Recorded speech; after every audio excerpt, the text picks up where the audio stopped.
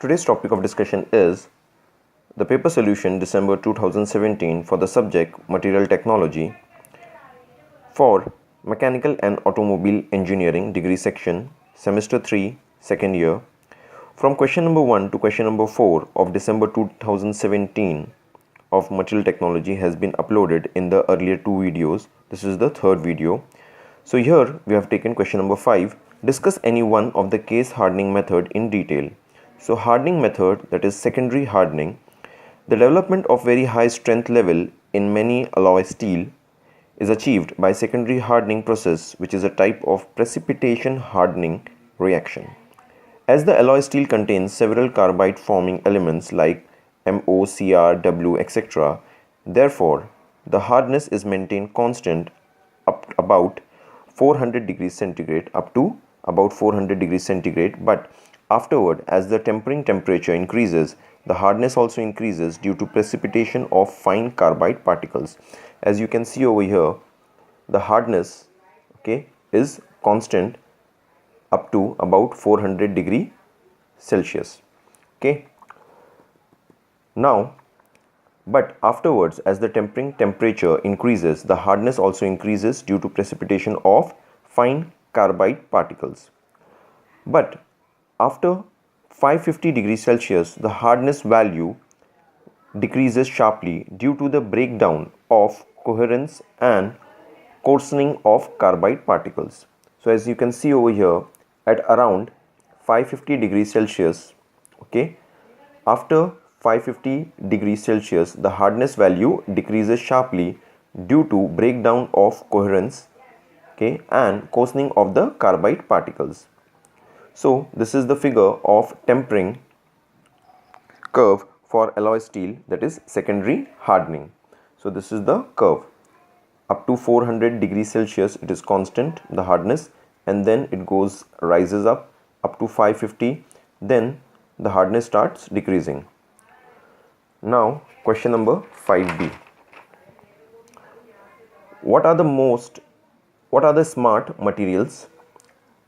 Discuss a few application of smart materials. Smart materials like soft solids and solids under condition in which they respond with plastic flow rather than deforming elastically in response to an applied force. This is applicable to the materials that have complex microstructure such as polymers, glass forms, body fluids, etc. Now question number 6a. Just to bring to your point, or just to remind you that the questions which we are discussing over here, we are only covering few points. Details are not given over here. So you can add your own points from your notes, or you can elaborate the points which I have given, because the questions are asked for 5 to 10 marks. So therefore you have to write more. Write short note on nanomaterials and their synthesis route. Nanomaterial constitutes component that are smaller than 100 nanometer in at least one dimension. Two approaches for manufacturing of nanomaterials, that is top-down approach and bottom-up approach. In top-down approach, breaking down of large pieces of material to generate required nanostructure from them. Bottom-up approach, single atoms and molecules are assembled into larger nanostructure.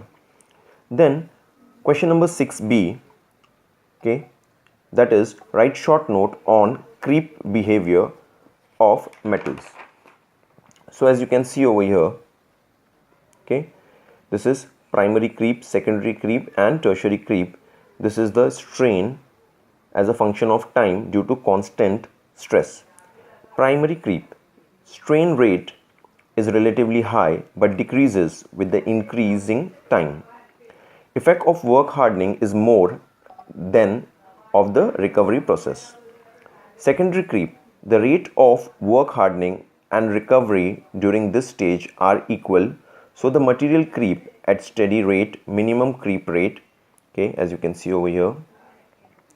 Tertiary creep rate increases with time until fracture occurs. In this stage, tertiary creep can occur due to knacking of specimen or grain boundary sliding at high temperatures, and this continues till the specimen fractures. So as you can see over here, it goes up. Okay, so tertiary creep can occur due to necking of specimen or grain boundary sliding at high temperature. Okay, so this was regarding creep, and let's go to the next question. Question number 6C. Write short note on dislocation and strain hardening. Dislocation: the presence of extra atomic plane or absence of an atomic plane results in formation of dislocation. As you can see over here, this dislocation which is traveling. So as the moving dislocation moves, their density increases. If the moving dislocation comes across any obstacle, the movement is restricted, requiring more stress for their movement. Dislocation moves forward by leaving a loop. As you can see, loop is formed. So dislocation is moving forward, but it has left a loop. Dislocation moves forward by leaving loop around the obstacle.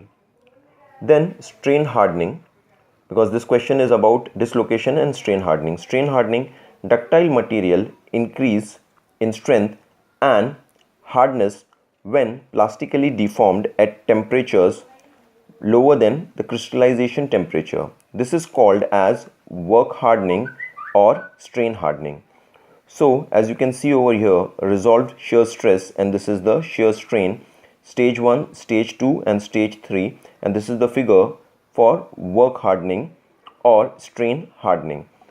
So the stage 1 which we have seen over there, okay, so easy glide region, very little strain hardening in crystal and dislocation are able to move relatively large distances without encountering any obstacles. Stage 2, linear hardening region, curve is almost linear, indicating strain hardening increases rapidly. Stage 3, parabolic hardening region, the rate of strain hardening decreases, the stress are very high so that the dislocation struck up in stage 2 are able to move. Now question number 6D. Write short note on isomorphous phase diagram. This type of phase diagram is loop type and occurred for two metals. In below diagram, C and D are melting temperature of metal A and metal B respectively. As you can see over here, this is C and D, that is the melting point of metal A and metal B. So this is the solid phase, this is liquid phase, and in between solid plus liquid. So this is the phase diagram. So now regarding question number 6E, write short note on retained austenite. In conventional hardening, steel are heated to an austenitic phase and quenched to room temperature to produce hard martensite phase. So due to incomplete transformation, some austenite is retained at room temperature. Retained austenite are very soft and ductile, due to which the overall hardness of the steel is reduced. So as you can see over here, this is martensite and retained austenite, which is the white patches. Okay, so this was retained austenite, but you have to go and put some extra points and elaborate the points, because the questions can come for 5 to 10 marks. So this was the questions for material technology subject for December 2017 paper solution. So we have covered all the questions, and only one question, that is iron carbide diagram, okay, that is equilibrium diagram, is not covered. If you want, please comment, then that diagram also will be made or provided to you. Hope you like the video. We will again meet in the next video very soon. Till then, goodbye.